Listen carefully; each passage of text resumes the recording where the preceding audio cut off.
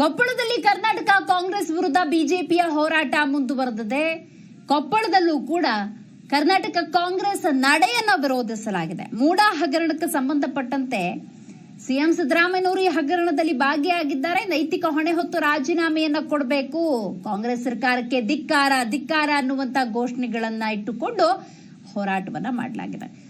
ಕೊಪ್ಪಳದ ಬಸವೇಶ್ವರ ಸರ್ಕಲ್ನಲ್ಲಿ ಬಿಜೆಪಿ ಮಾಡುತ್ತಿರುವಂತಹ ಹೋರಾಟ ಇದು. ಕಾಂಗ್ರೆಸ್ ಸರ್ಕಾರ ತೊಲಗಲಿ ಅಂತ ಘೋಷಣೆಯನ್ನ ಕಾರ್ಯಕರ್ತರು ಕೂಗಿದ್ದಾರೆ.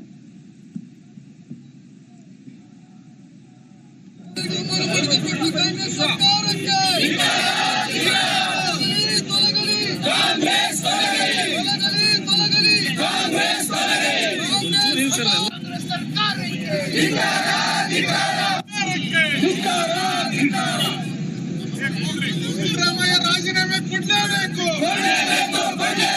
ಮುಖ್ಯಮಂತ್ರಿ ಸಿದ್ದರಾಮಯ್ಯ ರಾಜೀನಾಮೆ ಕೊಡಲೇಬೇಕು. ಮುಖ್ಯಮಂತ್ರಿ ಕಾಂಗ್ರೆಸ್ ಸರ್ಕಾರಕ್ಕೆ SC ಅನುದಾನ ದುರ್ಬಳಕೆ ಮಾಡಿದ ಕಾಂಗ್ರೆಸ್ ಸರ್ಕಾರಕ್ಕೆ, ಮಹಿಳೆಯರಿಗೆ ರಕ್ಷಣೆ ನೀಡದ ಕಾಂಗ್ರೆಸ್ ಸರ್ಕಾರಕ್ಕೆ, ರೈತರಿಗೆ ಕಾಂಗ್ರೆಸ್ ಸರ್ಕಾರಕ್ಕೆ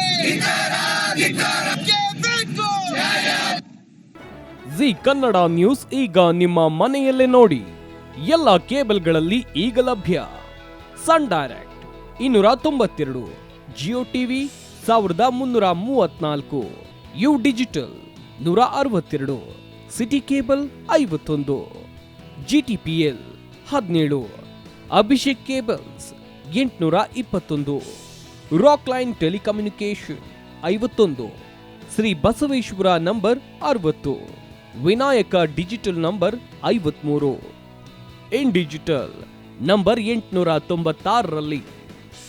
ನಿಮ್ಮಿಸ್ತದ ಜಿ ಕನ್ನಡ ನ್ಯೂಸ್ ನೋಡಿ ಆನಂದಿಸಿ.